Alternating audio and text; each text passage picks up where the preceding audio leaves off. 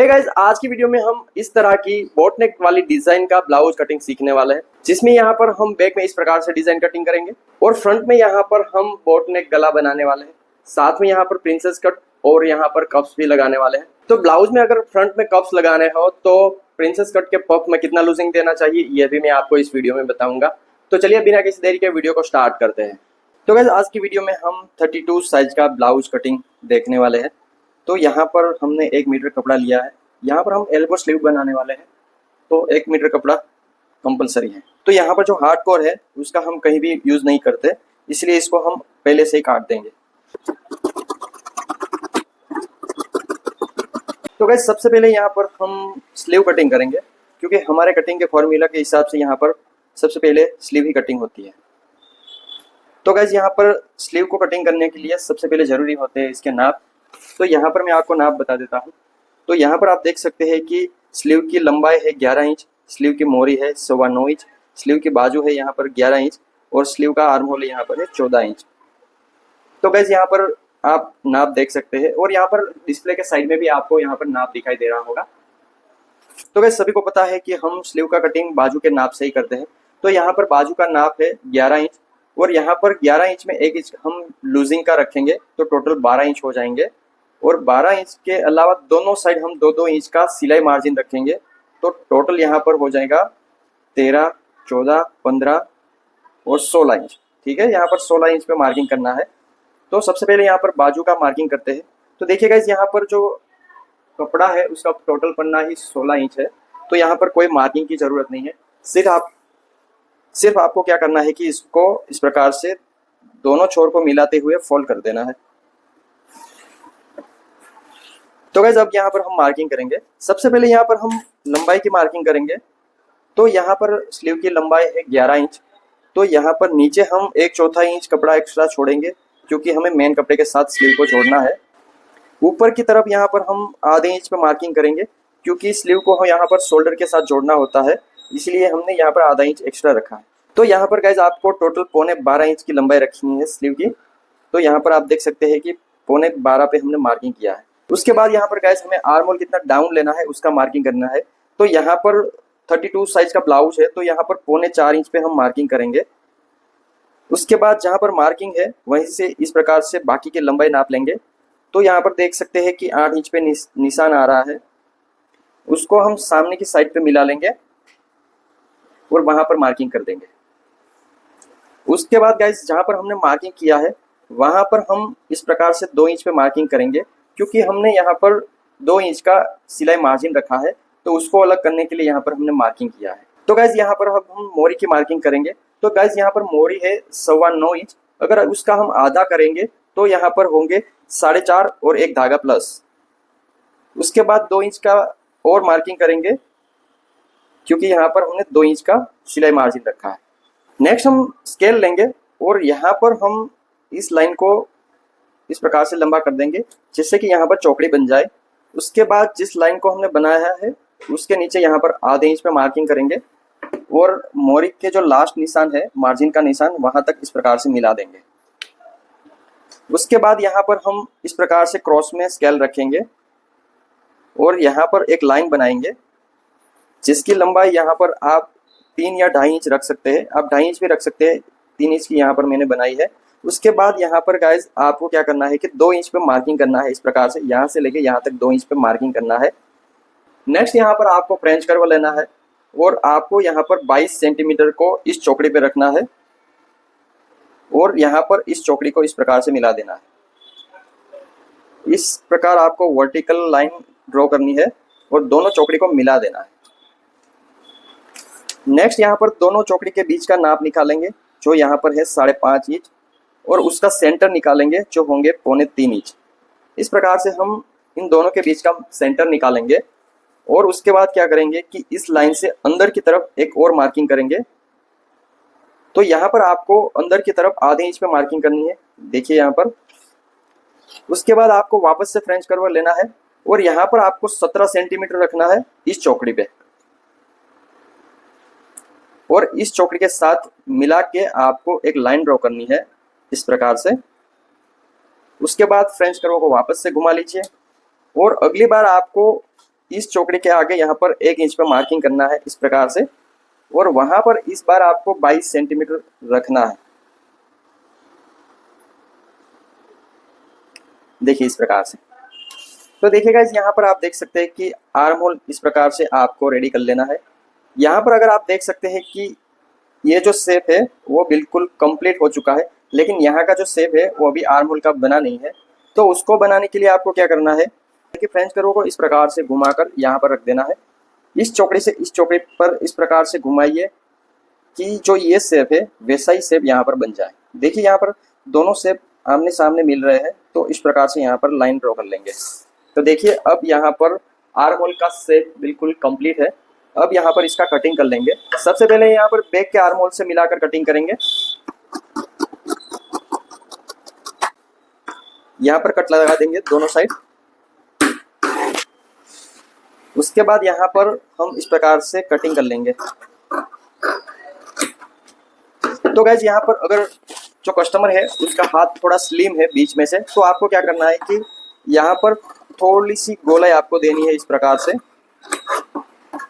जिससे कि यहाँ पर बीच में अच्छे से फिटिंग आ जाए। स्लीव को इस प्रकार से खोल लीजिए और आगे का आर्म होल कटिंग कर लीजिए।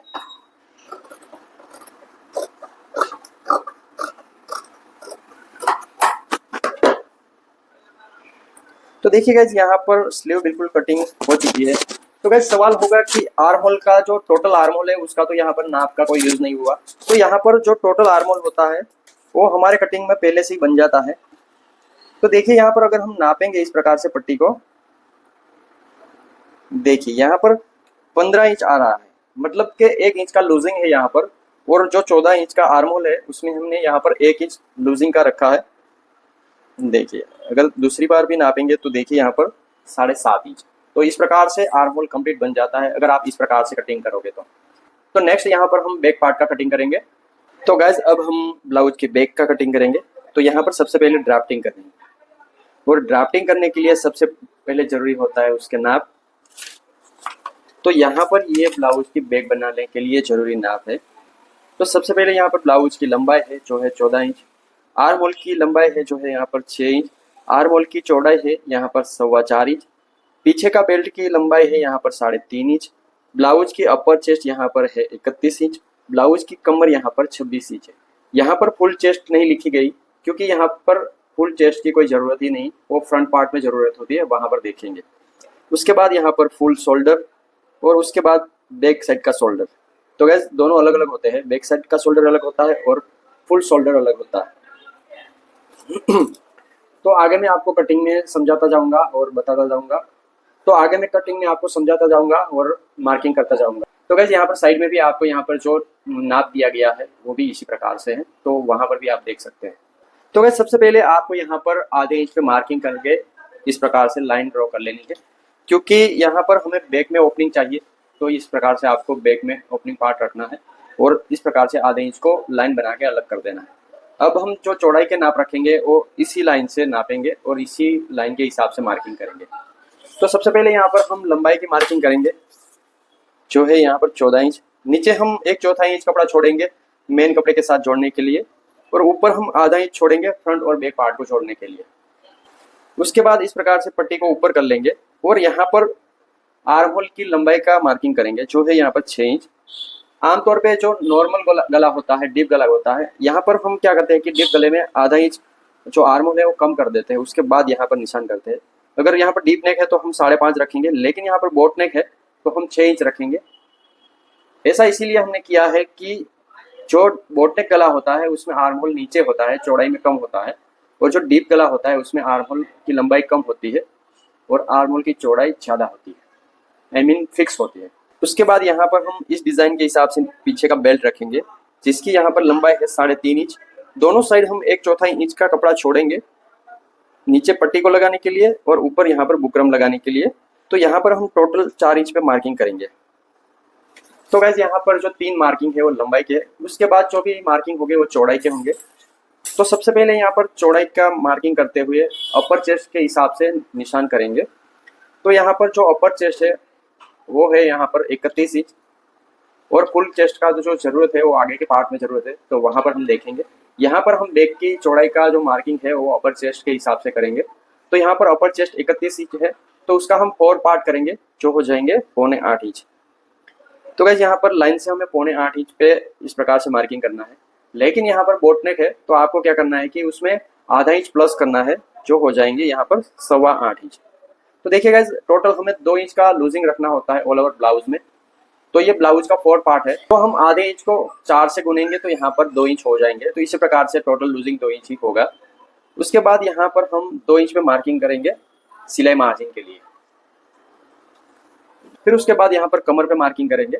तो गाइस यहाँ पर कमर 26 इंच है, तो उसका हम यहाँ पर 4 पार्ट करेंगे, जिसके यहाँ पर 6.5 होते हैं। तो इस लाइन से हमें 6.5 पे मार्किंग करना है। लेकिन गाइस यहाँ पर बैक में हमें डार्ट भी तो लेना है, तो यहाँ पर हम बोट नेक गला है तो पीछे का डार्ट हम आधा इंच का ही लेंगे।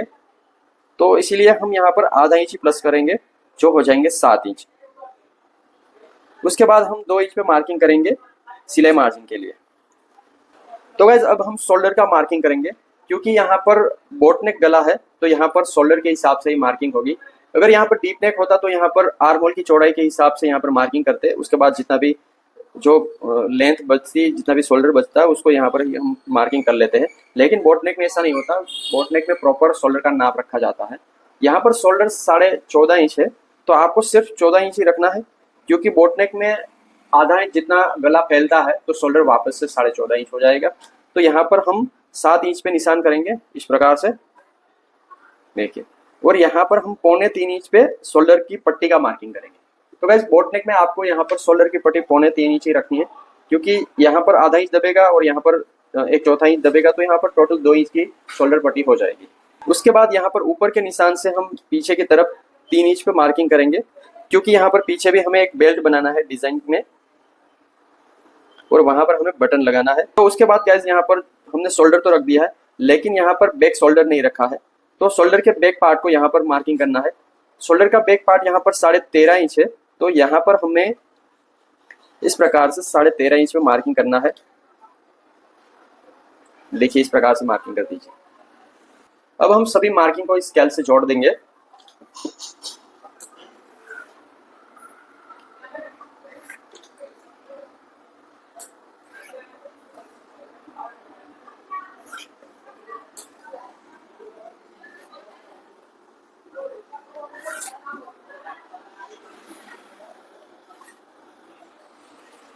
तो गाइज यहाँ पर अब गले की चौड़ाई रखनी है।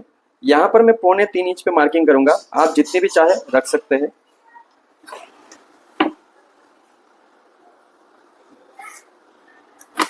तो गाइज यहाँ पर आप देख सकते हैं कि बैक की बेसिक मार्किंग हो चुकी है। अब यहाँ पर हम शोल्डर में डाउन देंगे। तो डाउन आपको किस प्रकार से देना है, यहाँ से आपको नीचे की तरफ 1/4 इंच लेना है, और यहाँ पर आपको ऊपर की तरफ लेना है। क्योंकि जो ये नाप है वो हम डीप नेक और बोट नेक दोनों में यूज करते हैं। बोट नेक में क्या होता है कि गले से नाप लेना होता है, जो यहाँ पर 1/4 इंच ज्यादा होता है, या फिर आधा इंच भी हो सकता है। तो इस प्रकार से आपको प्लस माइनस करना है। यहाँ पर जो नाप है उसमें हमें यहाँ पर 1/4 इंच ही प्लस करना है। तो इस प्रकार से हमें क्रॉस भी बना लेना है। देखिए बोट नेक में इस प्रकार से डाउन होता है, आर्म होल की तरफ होता है, और जो डीप नेक होता है यहाँ पर सीधा होता है। तो गाइस यहाँ पर डाउन किस ब्लाउज में किस प्रकार से लेना है, अगर आपको सीखना है तो उसके लिए हमने एक प्रॉपर वीडियो बनाई है, आप हमारी चैनल पे जाके देख सकते हैं। अब हम इसी डाउन के हिसाब से इस बोट नेक का शेप देंगे। तो आपको स्केल को इस प्रकार से रखना है शेप देने के लिए। तो देखिए गाइस यहाँ से बिल्कुल सीधा होता है और यहीं पे गोलाई होती है, क्योंकि बोट का शेप ऐसे ही होता है। अगर मैं इस प्रकार से देखिए मिलाऊं तो ये टोटल बोट हो जाएगी, देखिए। तो इसी प्रकार से आपको शेप देना है। तो अब हम यहाँ पर आर्म होल की मार्किंग करेंगे। तो देखिए यहाँ पर इस चौकड़ी से इस चौकड़ी का नाप यहाँ पर 6.25 इंच है, तो उसका यहाँ पर हमें आधा करना है और वहीं पे निशान करना है। उसके बाद आपको इस चौकड़ी को इस चौकड़ी से मिलाकर इस प्रकार से आपको आर्म होल का शेप दे देना है। उसके बाद आपको जो साइड में डिजाइन दिखाई दे रही है उसी को बनाना है। तो इसको कैसे बनाएंगे, फ्रेंच कर्व को इस प्रकार से आपको रख देना है ऊपर की तरफ, और ऊपर आपको जो हमने बोट नेक का निशान किया था उससे आपको फ्रेंच कर्व को 1/4 इंच तक नीचे रखना है, और यहाँ पर आपको इस लाइन से मिला देना है, और उसी हिसाब से आपको मार्किंग कर लेनी है। देखिए यहाँ पर प्रॉपर डिजाइन बन चुकी है। तो गाइस यहाँ पर बैक का मार्किंग कंप्लीट हो चुका है। अब इसी हिसाब से यहाँ पर हम कटिंग करेंगे।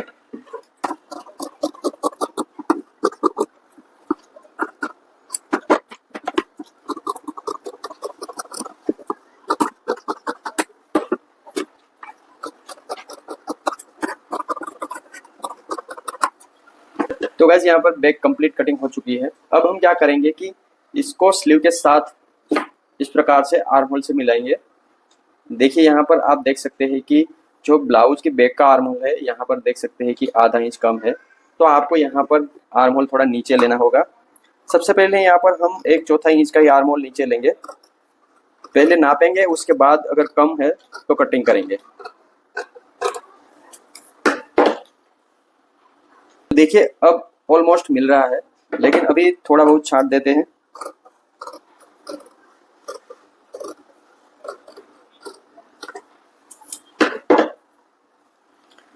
तो देखिए यहाँ पर परफेक्ट आर्म होल की जो मैचिंग है वो हो चुकी है। यहाँ पर स्लीव का आर्म होल और जो ब्लाउज का आर्म होल है यहाँ पर परफेक्टली मिल रहा है।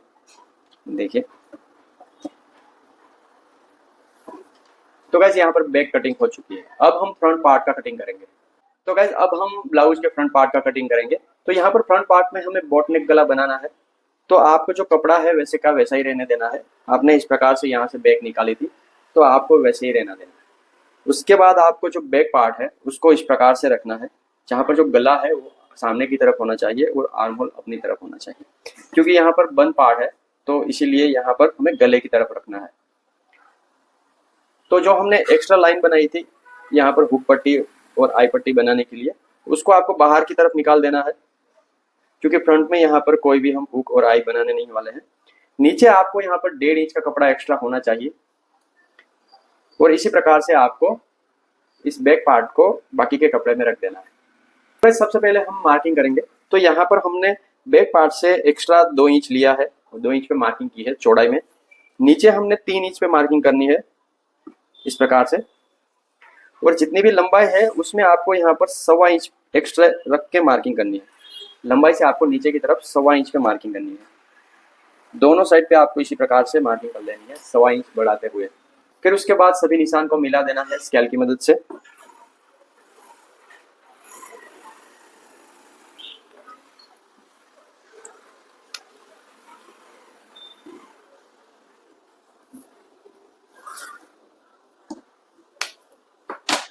और जो बैक का आर्म होल है वैसे का वैसे ही आपको फ्रंट में भी मार्किंग कर लेनी है।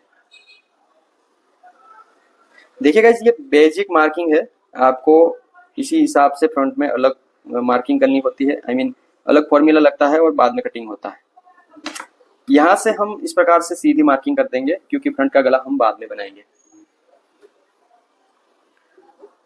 अब हम इस बैक को हटा देंगे और जहां पर हमने मार्किंग की है उसी हिसाब से हम कटिंग कर लेंगे, क्योंकि एक्स्ट्रा फालतू कपड़ा हटा देंगे तभी हमें कटिंग समझ में आएगा।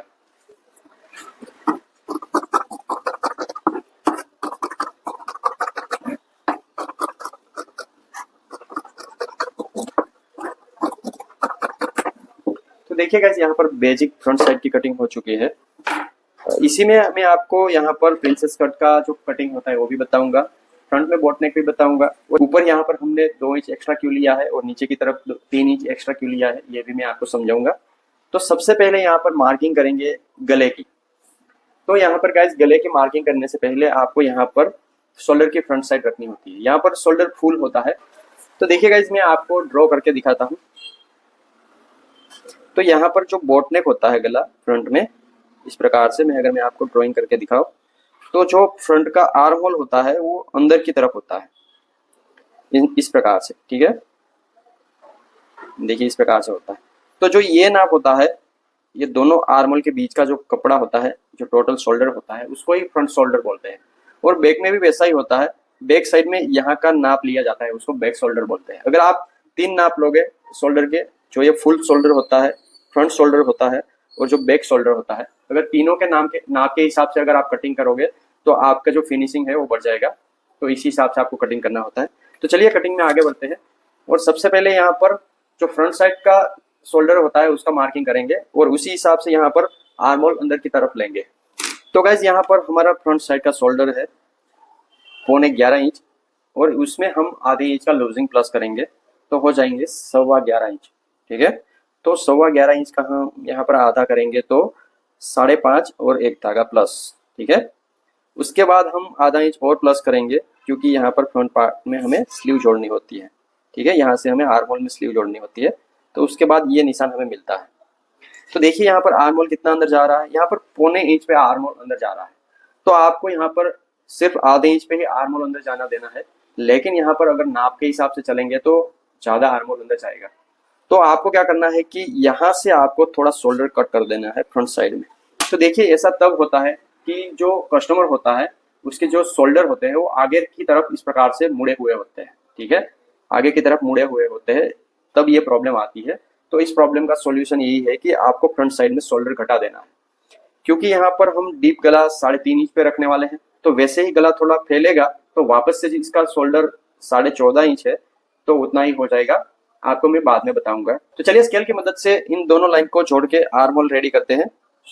तो सबसे पहले हमें इस प्रकार से लाइन ड्रॉ कर लेनी है। देखिए दोनों लाइन को मिलाते हुए इस प्रकार से लाइन ड्रॉ कर लेनी है। उसके बाद यहाँ पर आपको सीधी लाइन ड्रॉ करनी है आर्म होल के हिसाब से। जहां पर आर्म होल सीधा है वहां पर इस हिसाब से यहाँ पर कोना बना लेना है, फ्रेंच कर्व लेना है और यहाँ पर आपको फ्रेंच कर्व को मिलाना है और इस लाइन के साथ मिलाना है। देखिए यहाँ पर जो एंड लाइन होती है उसके साथ मिलाकर इस प्रकार से रखना है और यहीं से आपको लाइन ड्रॉ करनी है। देखिए यहाँ पर फ्रंट साइड का आर्म होल कंप्लीट हो चुका है। अब हम इसको कटिंग कर लेंगे और कटिंग होने के बाद मैं आपको आर्म होल दिखाऊंगा।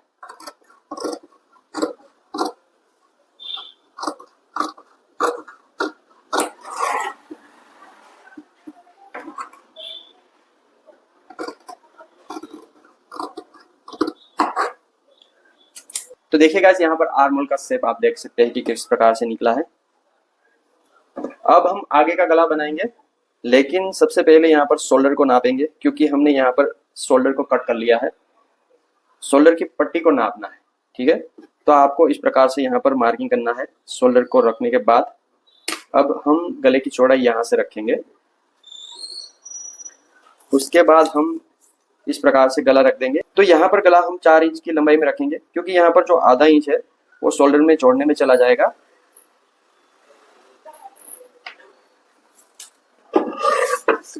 अब हम फ्रेंच कर्व की मदद से इसको सेल देंगे।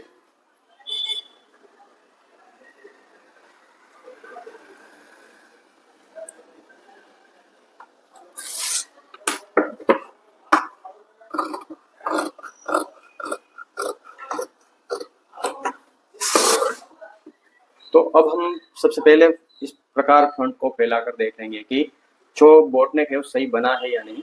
देखे तो बन चुका है।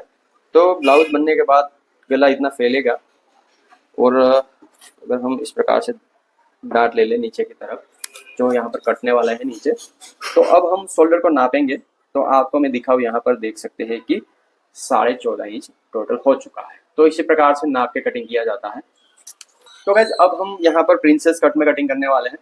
तो सबसे पहले प्रिंसेस कट में कटिंग करने के लिए मार्किंग कर लेते हैं। तो सबसे पहले हम मार्किंग करेंगे बस्ट पॉइंट की लंबाई का मार्किंग। तो यहाँ पर बस्ट पॉइंट की लंबाई है 9.5 इंच। तो यहाँ पर ऊपर हम 9.5 इंच रख देंगे यहाँ पर और इस प्रकार से मार्किंग कर लेंगे। तो आपका सवाल होगा कि 9.5 ही क्यों, ऊपर हमें आधा इंच क्यों नहीं छोड़ना है फ्रंट और बैक पार्ट को जोड़ने के लिए? अगर हम जोड़ेंगे तो ये वापस से 9 इंच हो जाएगा। तो देखिए ऐसा नहीं होगा। हमारे कटिंग में क्या होता है कि इस मार्किंग के नीचे यहाँ पर कटोरी का जो पॉइंट है वो बनता है। ठीक है, नीचे आधे या 1.25 इंच तक नीचे बनता है। तो जो कटिंग में आगे देखेंगे आपको समझ में आ जाएगा। उसके बाद आपको एपेक्स टू एपेक्स पॉइंट रखना है। तो यहाँ पर एपेक्स टू एपेक्स पॉइंट है 6.5 इंच। उसका आपको आधा कर देना है जो होंगे 3.25 इंच। उसमें आपको आधा इंच और प्लस करना है क्योंकि दोनों पार्ट को जोड़ने के लिए यहाँ पर आधे इंच का कपड़ा जरूरी होता है। जो सेंटर पार्ट होता है प्रिंसेस कट का और जो साइड पार्ट होता है यहाँ से जोड़ने के लिए आधा इंच होता है। तो आपको या इस साइड आधा इंच एक्स्ट्रा प्लस करना है। इस साइड का मैं आपको बाद में बताऊंगा कि किस प्रकार से प्लस करना होता है। तो यहाँ पर सेंटर में मार्किंग हो गई है। अब हम यहाँ पर नीचे मार्किंग करेंगे इसी मार्किंग के हिसाब से। तो सबसे पहले इस मार्किंग को आपको नाप लेना है जो होते हैं 4.25 इंच। आपको यहाँ पर आधा इंच घटा देना है, जो होंगे 3.25 इंच। तो देखिए नीचे का भी मार्किंग हो चुका है। उसके बाद यहाँ पर आर्म होल का मार्किंग करेंगे और उसी हिसाब से कटिंग करेंगे। तो सबसे पहले आपको क्या करना है कि इस चौकड़ी को जो यहाँ पर एपेक्स पॉइंट, तो एपेक्स पॉइंट का मार्किंग किया है और बस्ट पॉइंट की लंबाई का जो मार्किंग किया है, उसको आपको इस प्रकार से आर पार मिला लेना है और इस साइड पे आपको चौकड़ी बना लेनी है, जैसे हमने फ्रंट साइड में बनाई थी। उसके बाद आपको इस प्रकार से फ्रंट पार्ट को रखना है, यहाँ से इस प्रकार से इस निशान से फोल्ड करना है।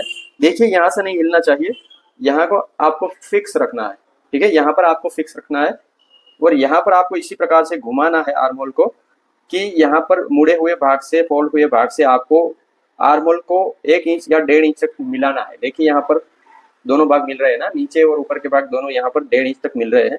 मिलने के बाद इस प्रकार से घड़ी लगा दीजिए और वहीं पे आपको कट लगा देना। देखिए कट लगा दिया। तो यहाँ पर तीनों निशान मिल चुके हैं हमें। देखिए तीसरा निशान। अब हम तीनों को जोड़ेंगे। तो सबसे पहले हम सीधी स्केल से जोड़ लेंगे।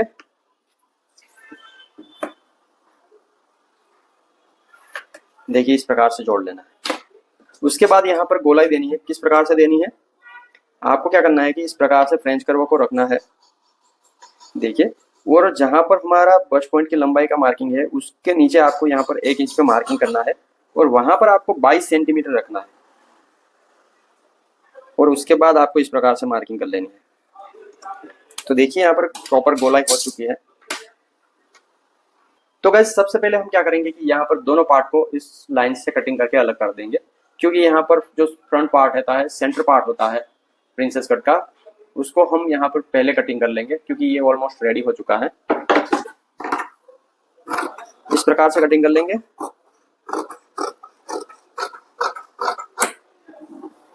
सबसे पहले हम क्या करेंगे कि इसमें जो फेरबदल करना होता है वो यहाँ पर करेंगे।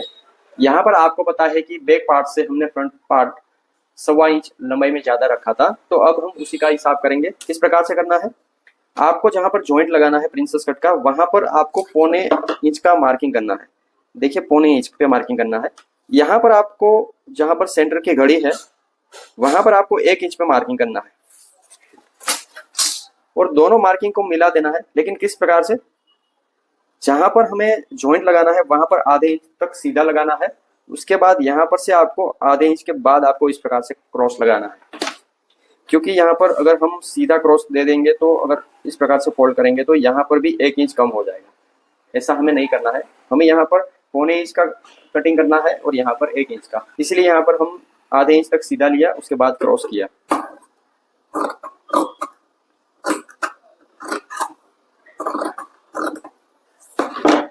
तो गाइस यहाँ पर जो प्रिंसेस कट की फ्रंट साइड है, उसका सेंटर पार्ट बिल्कुल रेडी है। अब यहाँ पर इस पार्ट में कोई भी फेरबदल नहीं करना है, अब ये रेडी है। तो गाइस अब हमें साइड पार्ट में शेप देना है, क्योंकि यहाँ पर हमने 2 इंच एक्स्ट्रा लिया था, नीचे की तरफ हमने यहाँ पर 3 इंच एक्स्ट्रा लिया था। क्यों लिया था मैं आपको अभी समझाऊंगा। तो गाइस अब हम यहाँ पर प्रिंसेस कट में पफ क्रिएट करने वाले हैं। तो किस प्रकार से करना है आपको यहाँ पर मैं समझा देता हूँ। तो पफ क्रिएट करने के लिए आपको 3 नाप की जरूरत होती है, अपर चेस्ट, फुल चेस्ट और वेस्ट यानी कमर, ठीक है। तो यहाँ पर मैं लिख लेता हूँ तीनों नाप। तो यहाँ पर अपर चेस्ट है हमारी 31 इंच, ठीक है, फुल चेस्ट 32 इंच, कमर 26 इंच। ओके, तीनों नाप हो चुके, आपको दिखाई दे रहे होंगे। तो गाइस इन तीनों के नाप के हिसाब से आपको पफ क्रिएट करना है। आपको क्या करना है कि सबसे पहले ऊपर का कितना जो डार्ट है वो कटिंग करना है। ये सीखने के लिए आपको क्या करना है कि जो फुल चेस्ट होती है यहाँ पर 32 इंच है, उनमें से आपको अपर चेस्ट माइनस करनी है, ठीक है। अगर 32 इंच में से हम 31 इंच माइनस करेंगे तो यहाँ पर 1 इंच बचेगा। अगर हम उसका आधा कर देंगे तो यहाँ पर 1 इंच से आधा करेंगे तो आधा इंच होगा। तो ऊपर की तरफ हम यहाँ पर आधे इंच पे मार्किंग कर देंगे।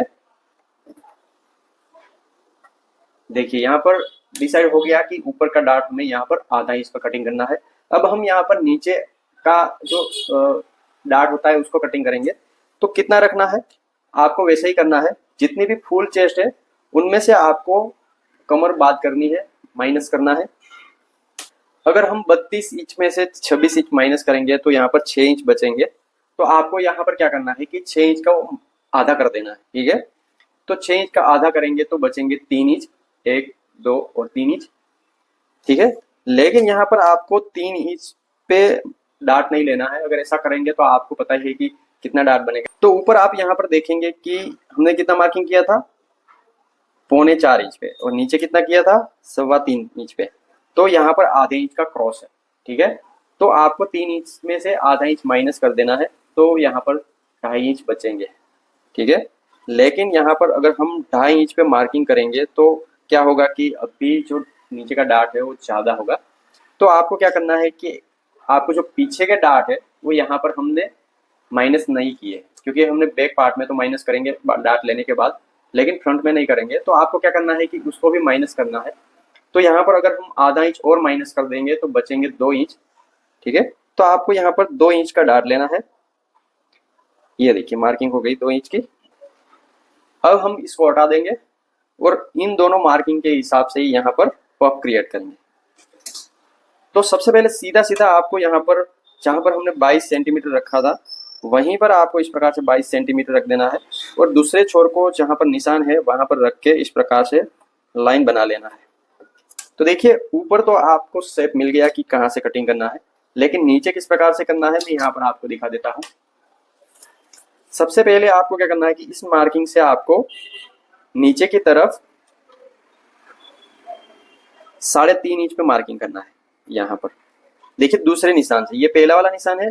अब हम यहाँ पर जो गोलाई होती है कटोरी की पफ की वो सेंटर यहाँ पर रखेंगे, और पहले हमने यहाँ पर 22 सेंटीमीटर भी इसी मार्किंग से रखा था, और उससे पहले भी मैंने समझाया था कि जो हमारा चेस्ट का पॉइंट होता है वो यहाँ पर बनेगा। तो अब हम इसको ही सेंटर मानेंगे और यहीं से नाप निकालेंगे। तो हमने क्या किया कि इसी मार्किंग से नीचे की तरफ 3.5 इंच में मार्किंग किया। उसके बाद हम क्या करेंगे कि जहां पर हमने डार्ट का निशान किया था उसको इस प्रकार से लंबा कर लेंगे और यहाँ पर चौकड़ी बना लेंगे।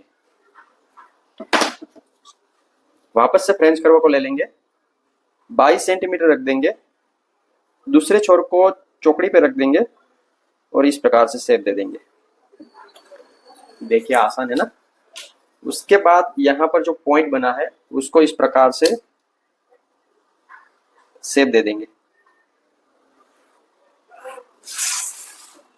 देखिए यहाँ पर परफेक्ट प्रिंसेस कट का पफ का शेप क्रिएट हो चुका है। अब हम कटिंग कर लेंगे।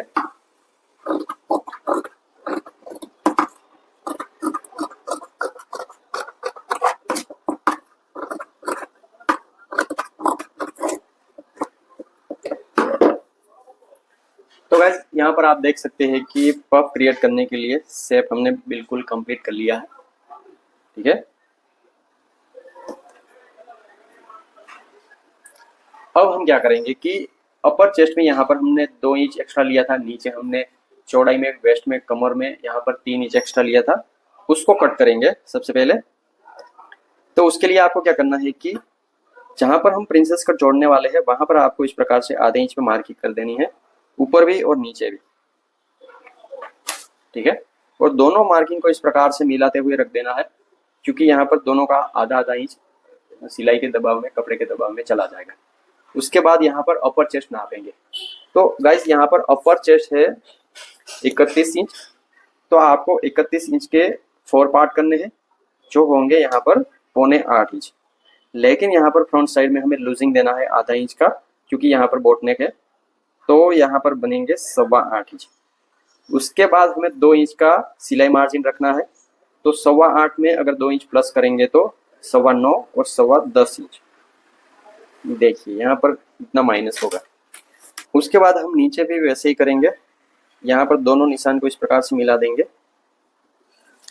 यहाँ पर आपको नाप की और 4 पार्ट करने की कोई भी जरूरत नहीं है। आपको क्या करना है, बैक को लेना है, ठीक है, और बैक को इस प्रकार से रखना है। यहाँ पर आपको जो हुक पट्टी आई पट्टी लगाने के लिए जो आधा इंच एक्स्ट्रा रखा था उसको भी माइनस करना है। उसके बाद आपको आधा इंच और माइनस करना है जिसके हम डार्ट लेने वाले हैं। उसके बाद इस प्रकार से दोनों को मिला दीजिए और उसी हिसाब से यहाँ पर मार्किंग कर लीजिए। दोनों को स्केल की मदद से मिलाकर सीधी लाइन ड्रॉ कर लेनी है और वहीं से आपको कटिंग कर देना है।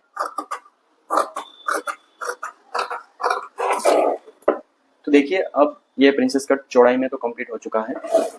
लेकिन आपको पता ही है कि हमने लंबाई में भी कपड़ा ज़्यादा रखा था, 1.25 इंच। देखिए यहाँ पर 1.25 इंच ज़्यादा है, तो आपको लंबाई में भी कट करना होता है, क्योंकि अगर ऐसा नहीं करेंगे तो यहाँ पर दोनों पार्ट मिलेंगे ही नहीं। तो किस प्रकार से मिलाना है, सबसे पहले आपको ऊपर की तरफ आधे इंच पे लाइन ड्रॉ करनी है, सीधी लाइन ड्रॉ कर लीजिए। फ्रेंच कर्व लेना है और यहाँ पर सबसे छोटी गोलाई रखनी है, सबसे छोटी,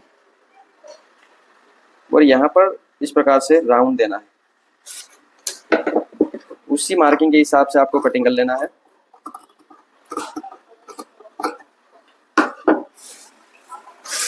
अब आपको इस प्रकार से दोनों पार्ट को मिला लेना है। देखिए मैं इस प्रकार से मिलाता हूँ, इस प्रकार से मिला लेना है और बैक के हिसाब से आपको यहाँ पर मार्किंग कर लेनी है।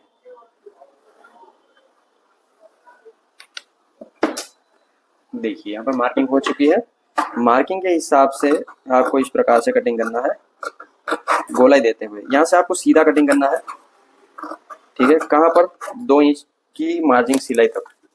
देखिए यहाँ पर आपको 2 इंच की मार्जिन सिलाई होती है, यहाँ पर आपको सीधा रखना है, यहाँ से आपको कपड़ा क्रॉस रखना है। तो देखिए गाइस, यहाँ पर फ्रंट साइड की कटिंग भी बिल्कुल कंप्लीट हो चुकी है।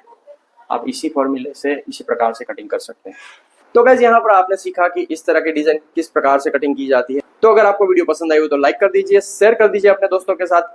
चैनल पे नए हैं तो सब्सक्राइब भी कर सकते हैं। मिलता है अगले वीडियो में, तब तक के लिए बाय बाय।